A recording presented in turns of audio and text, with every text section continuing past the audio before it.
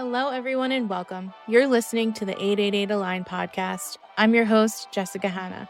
I'm a serial entrepreneur who likes to immerse into many facets of life, focusing on growth, mindset, healing, and soul alignment. 8 represents strength, prosperity, balance, power, overcoming, stability, and to me, the yin and yang of life.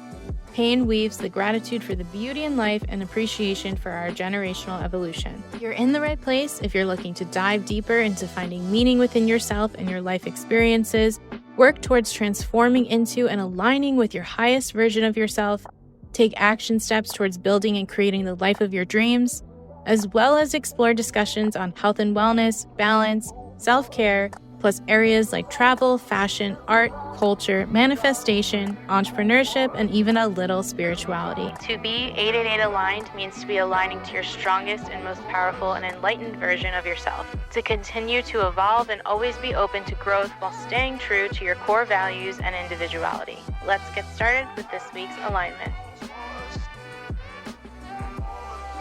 Hello, everyone, and good morning. Welcome back to 888 Aligned. Thank you for taking the time to check out the podcast and tune in as always.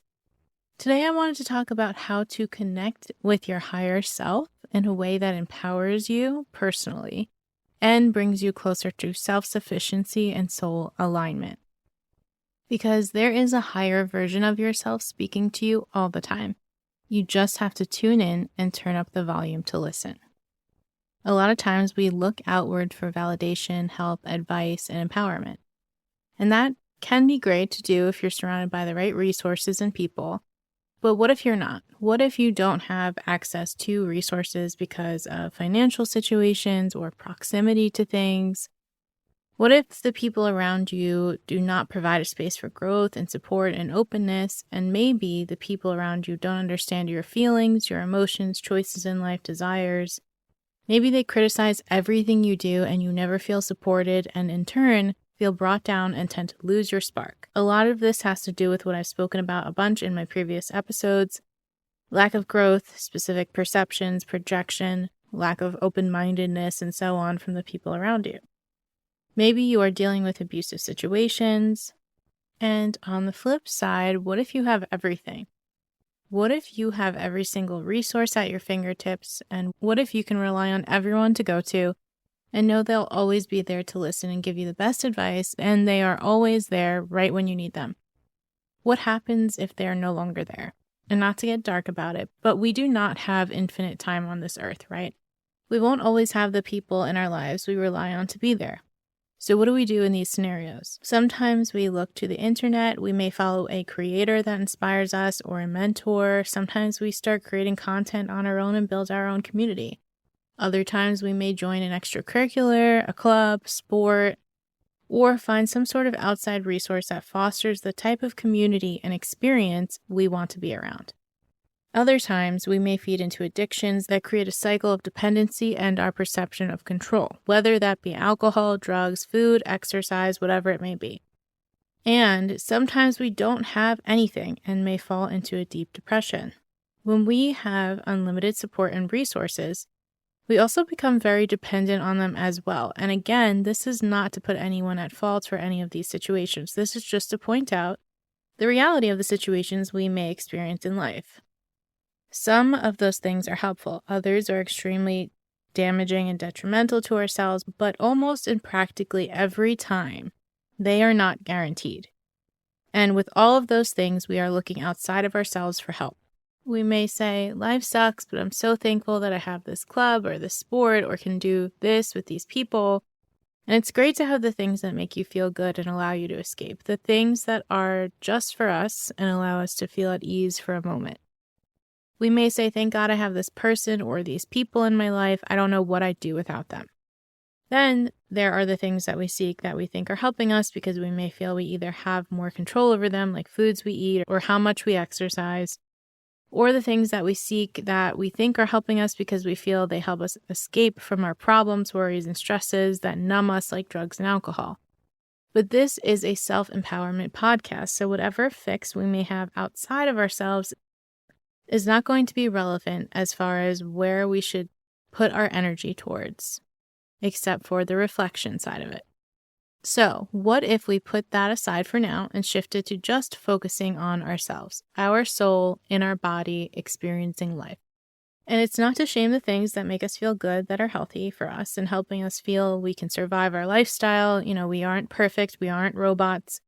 We may not be at our highest version and best version of ourselves all the time.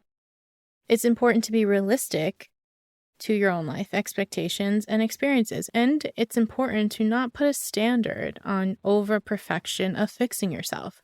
Every single person is going to move at a different pace in life and live different experiences. Never compare yourself. This isn't about you being broken or messed up. It's not about never having a messy day or a difficult time. We can't be perfect all the time. And we aren't going to be operating at our best all the time. With life's duality, we are going to experience highs and lows. It's about having our own selves to stabilize ourselves when we experience those highs and lows.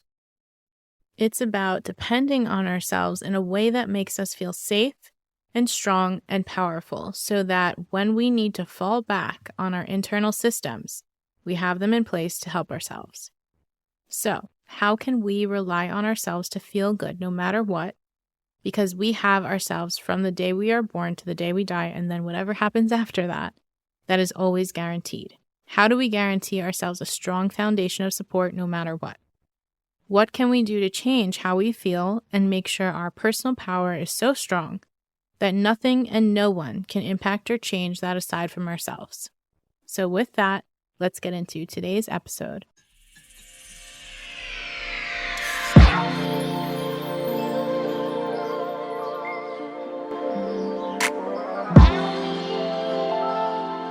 The first step I want you to get to is acknowledging what your fix is, because whatever your fix is likely the thing you are missing from yourself. So whatever we seek externally, we don't likely have internally, because if we did, why would we need to seek it outside of ourselves? You may have a favorite food you go to when you're stressed, a specific friend or family member that provides you a certain level of support you can rely on when you're feeling consistently a certain way.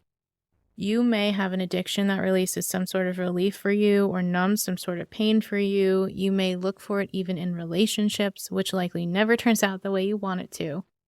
Maybe you look for it in your parents and either get let down every time or rely too much to the point of never being able to be okay without their advice or guidance. Maybe it's not obvious to you, but you seek it in your everyday life.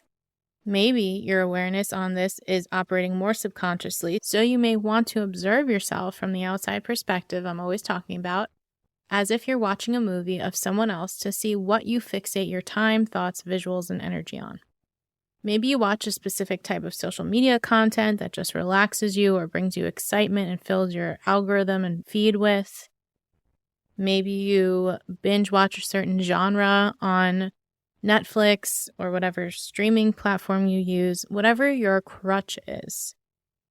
There are so many ways we may look outside of ourselves to fulfill what we feel is missing within ourselves and our lives. So what are some steps we can take to fulfill what we feel is missing? Maybe it feels like a hole in your chest, a lump in your throat, a shortness of breath. Maybe it feels like your surroundings will collapse upon you or the floor beneath you is shaky.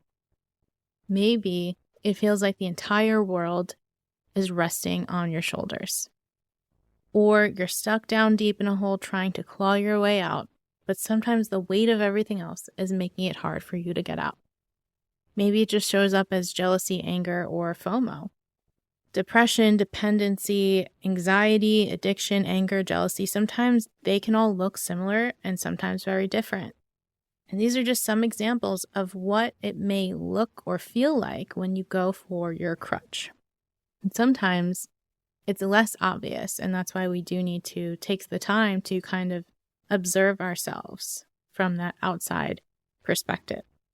But what we are going to work on today is how to empower yourself to bring your personal power back to you, and steps you can take to listen to yourself, talk to yourself, support you, and connect with and channel your higher self to work toward never feeling like you're missing anything, because you can fill in that for yourself within you.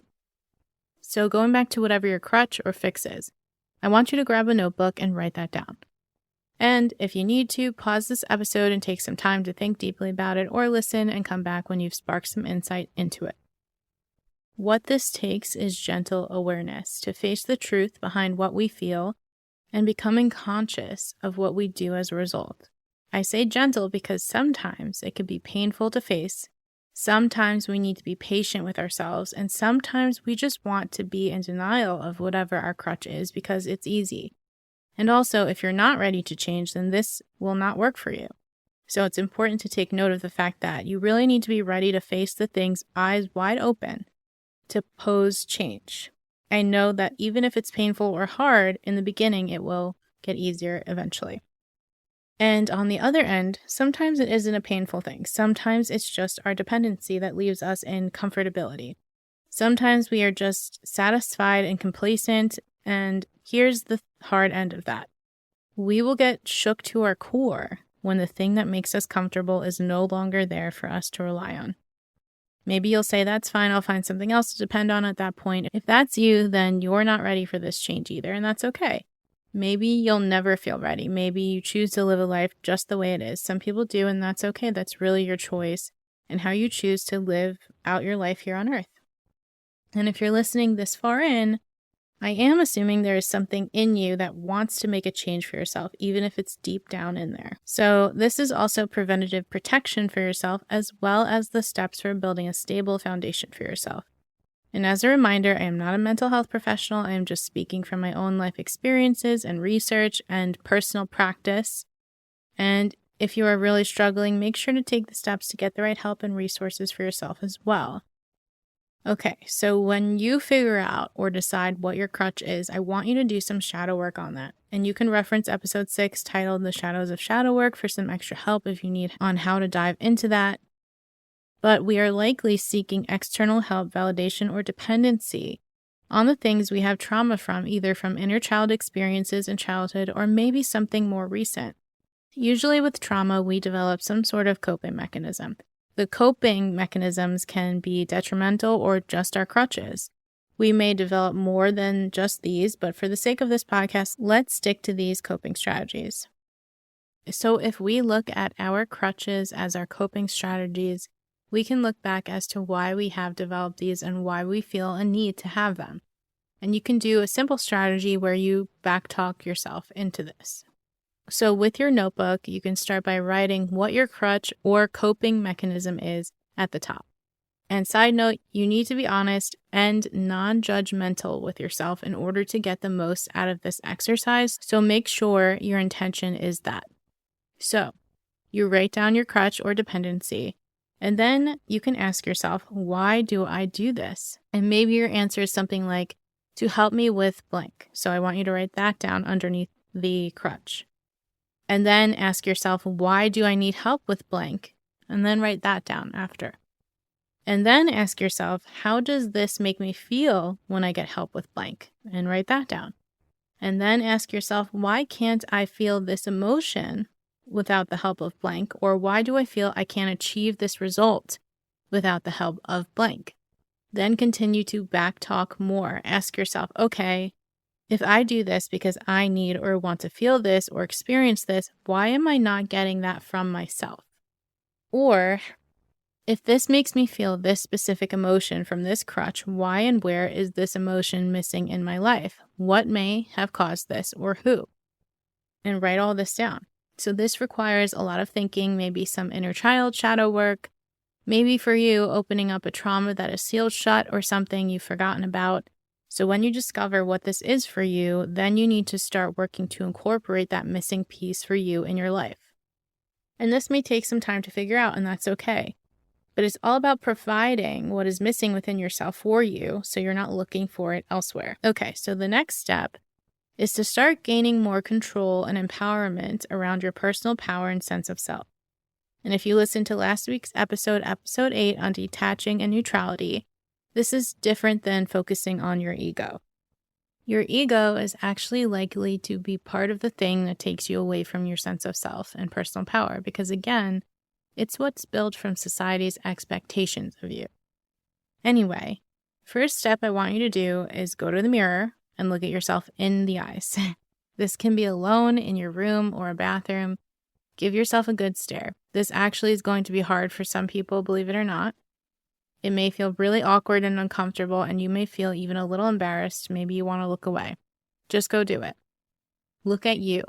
That's you right there. How often do you even acknowledge yourself? Try to just at least look at yourself for a minute straight. Okay, and then I want you to speak to yourself. No, you're not crazy for this. Trust me, this is going to build confidence and self-empowerment. Just give it a try. Pretend you're talking to your best friend if it's easier. I want you to just give yourself a compliment and specifically say it out loud while looking at yourself in the eyes. Sounds easy, likely very uncomfortable and difficult the first time around for some of you. And if you already do this, that's great. Keep doing it.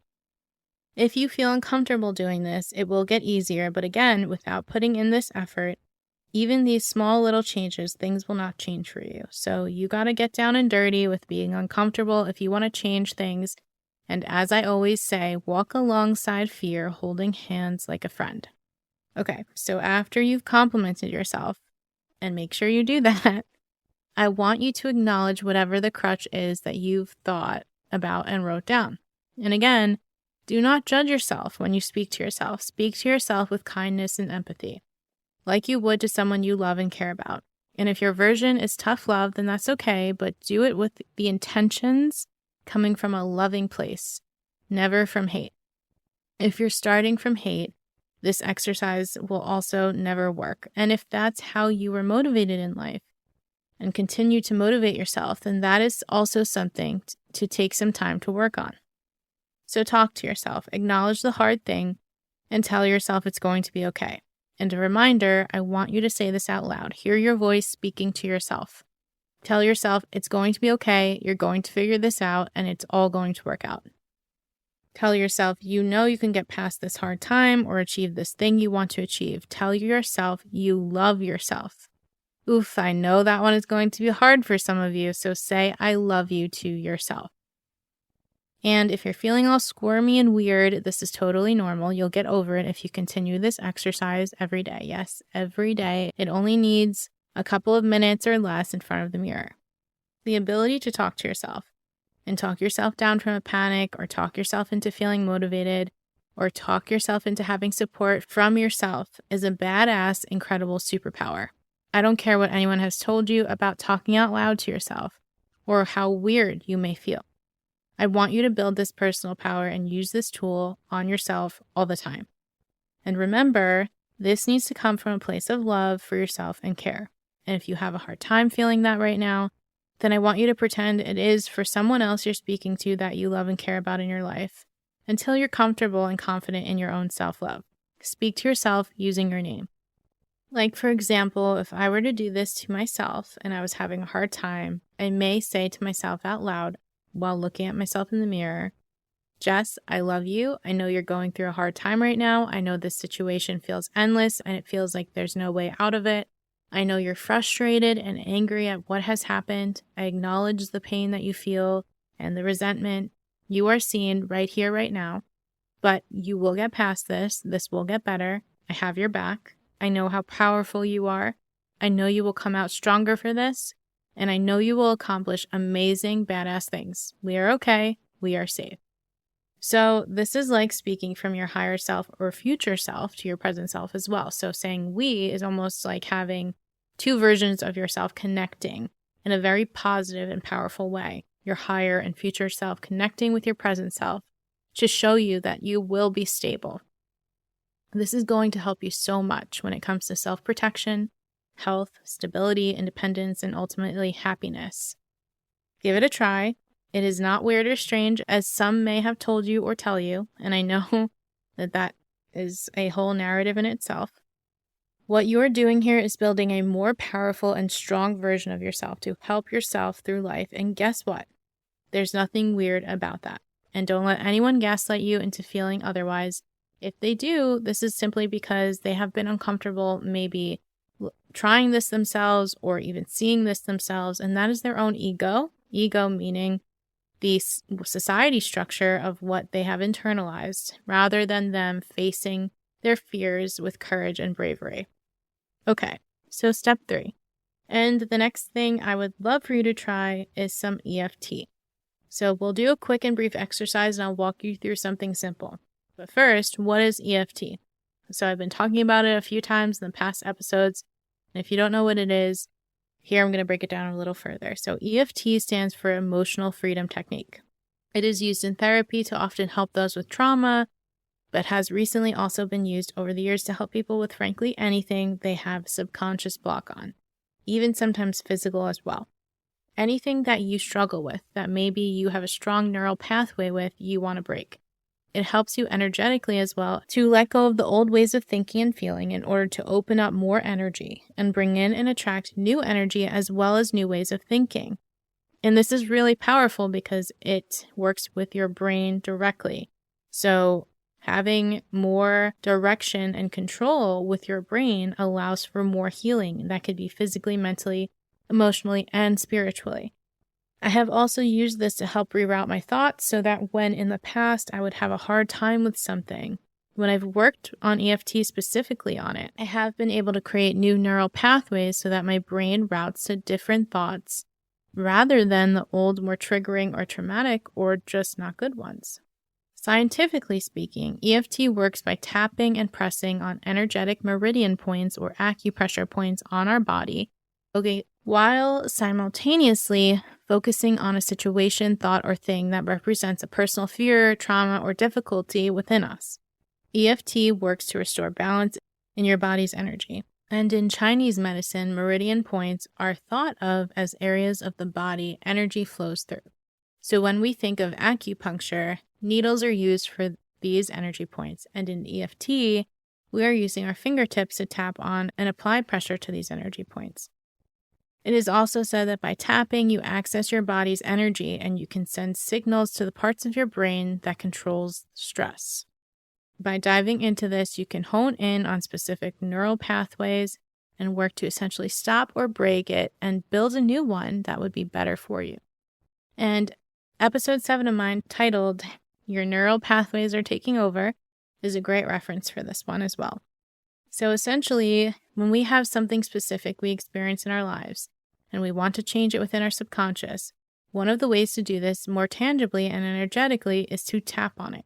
So for example, if we have a strong scarcity mindset that is rooted deeply from our parents or life experiences, we will have neural pathways and subconscious beliefs that may keep us in these thoughts and belief systems and therefore physical reality. So one way to work on this is to tap on it. Let's first go over the tapping points, and you can also, for a visual of this, look up on Google what these points are. Just Google EFT tapping chart, and you know what? I'll also link one in the show notes so you know you're looking at the right thing. And also, most of the time, I do a faster version and less tapping points to keep it a little easier to do on the fly. Sometimes I'll do all of the tapping points, which there are a total of 12, and sometimes I'll just do 4. So the 4 main points I tap on are right above the inner parts of your eyebrow is 1, 2 on the temples, 3 under the eyes, right under the cheekbone, and 4 right under the collarbone. So you can use one hand or both to tap. And if you're doing both, you want to do on each side evenly. And at the end, I like to finish it off with a light, consistent squeeze to the inside of the wrist while taking a deep breath in through the nose, out through the mouth. The wrist acupuncture point helps to calm down the whole body and relax. So even though there are 12 points, you can technically start off maybe with 4 if it seems too overwhelming. And to start, you don't even have to say anything, just do some tapping. And you could even try right now, tap 5 to 10 times above the inside of your eyebrow, 5 to 10 times on the side of your temple, 5 to 10 times under the eye, and 5 to 10 times under the collarbone. And then give a light squeeze to one of your wrists on the inside and take a deep breath in and out. Another great resource to look this up on how to do it on YouTube is Brad Yates. I also will link his channel in the show notes. He has specific problems or feelings or hardships you may be facing with instructional videos specifically for all of those to help you with. He is a great resource to walk you through this. And I definitely recommend checking him out if you feel a little confused about this whole process. So the premise of doing EFT is to acknowledge the problem, stress, or hardship and state it out loud while tapping. and also state how it makes you feel or what you experience, and then change the outcome for yourself. So it's basically like stating what you experience or have experienced in the past and rewriting a new narrative for yourself. So for the scarcity example, the script for yourself may sound like this. And you're tapping while you say this. Even though I struggle with money, I grew up in scarcity, I have trouble paying for my bills, I have imposter syndrome, I can't ever seem to have enough, I feel like I'm always struggling. And then this is where you switch it. I know that I will break free from this struggle. I know that my business will bring in a lot of money. I am open to all ways abundance can come in for me. I know that even though other people in my family have struggled, this will be different for me. My job will give me a promotion. I will have other resources come in for me. Life is allowed to be easy. Money is allowed to be easy. I have an open and clear relationship with money, and I choose to release this all now. And while you're saying all this, you're tapping alongside the script. So that's just a short example. I mean, you can really go into specifics and you can change up what you say, but it's imperative that you start with the deep subconscious struggles you have. And this goes back to what you wrote down with what is your crutch, and then also where it came from, what it is specifically, and what's missing from you, or what you feel is missing from you. And really addressing all the details, maybe even getting specific about your parents or a relationship or a job or whatever it is that's holding you back, and then rewriting the narrative of what the ideal situation would be. What this all does is help you, again, change the narrative in your brain, create new neural pathways for yourself, opens you up energetically for more positive and abundant energy to come through, and helps heal old traumas, triggers, and wounds. And while you're doing this, interestingly enough, you may feel yourself yawning a lot. Maybe you tear up, maybe you get the chills, you might sneeze, cough, maybe you feel a little cold or hot, or some other symptoms that come up. This is totally normal. It is a way for your body to release. So it's not a coincidence, and just acknowledge that as this is happening, this could be a very deep subconscious thing for you or a tough thing for you, and you're doing the work to get rid of it, and you're doing the work to change it for yourself, and that's a good thing. So sometimes we have to do several rounds of tapping and stating the same problem and solution to fix it several times to get past it. It depends how strong that neural pathway is in our brain surrounding that specific thing. And the longer it has existed in our lives, potentially the more tapping you may need to do on this as well. You can also work with a practitioner, an EFT practitioner, to get more structured help. Or I know there's also books out there, but you can also do this on your own, or you can do this through the guided videos you can look up on YouTube. And I strongly suggest getting into EFT to help yourself with any problem you may be facing. Actually, another interesting, unique thing you can do is go to ChatGPT and ask ChatGPT to write you a script on EFT about, and then describe the very specific situation you're experiencing. Give all the details you can possibly think of, because the more detailed you are, the more detailed the script will be that will come back for you. And it's going to also guide you on where to tap, what to say when you're tapping in those specific meridian points. It's actually a really great resource for those of you who are starting out or just kind of want to get a different kind of script going that you can't think of what to say. That's a great resource. I've used it a few times. It's very interesting. So AI can be useful sometimes here. So EFT in general, it's really a great tool to use in order to stabilize yourself, as well as open yourself up to new abundant opportunities in life while getting rid of old bad belief systems or negative feedback loops. So with the acknowledgement what our crutch is, or dependency and shadow work to discover where, who, or what it came from, we can take action to help ourselves become more self-empowered and self-sufficient. Then we can build our own self-confidence and empowerment through talking to ourselves and self-regulating ourselves and nervous systems. And what this also does is help us to get out of fight or flight or survival mode. And to go over it quickly, our autonomic nervous system has two parts, the sympathetic and parasympathetic nervous systems. So when we are stressed and in fight or flight, our sympathetic nervous system is activated. This is the response to feeling threatened in danger, when our adrenaline might kick in, or when we are under high stress or depression. It's basically our protection mode for our body.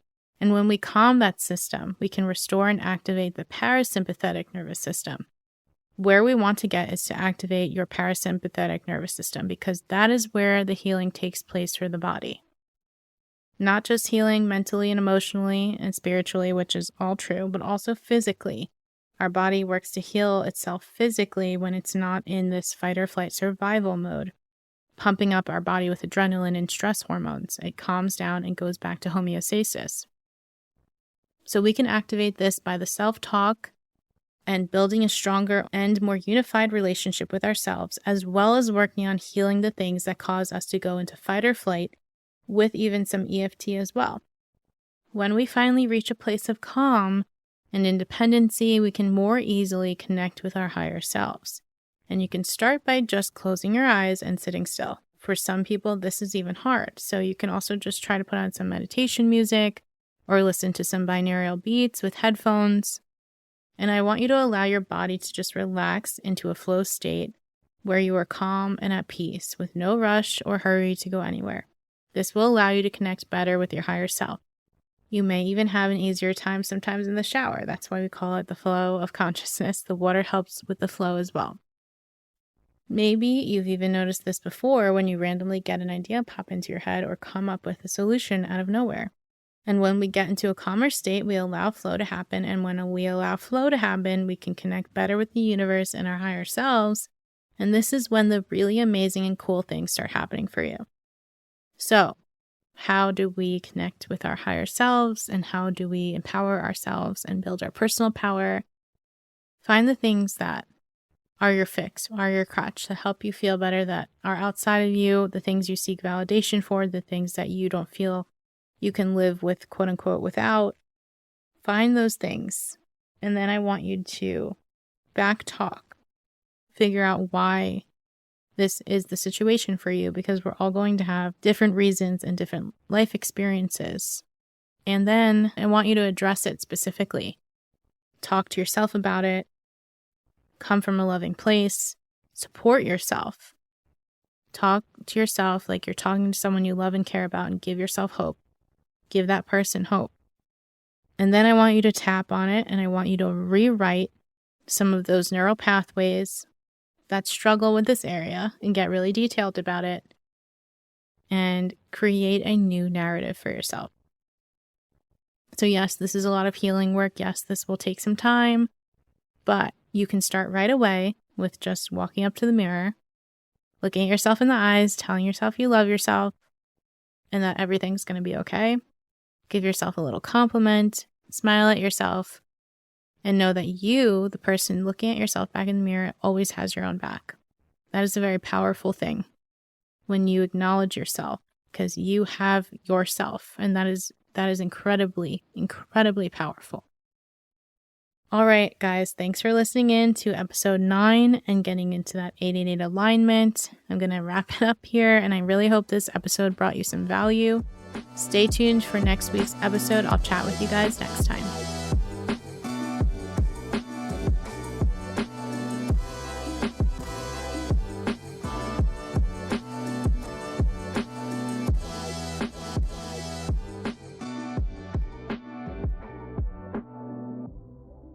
Thanks for listening to the 888 Aligned podcast. Don't forget to hit the subscribe button if you want to follow along and stay up to date when future episodes drop. You can listen in on Spotify, Apple, or anywhere you listen to podcasts. Follow the podcast on social at 888 Aligned Podcast.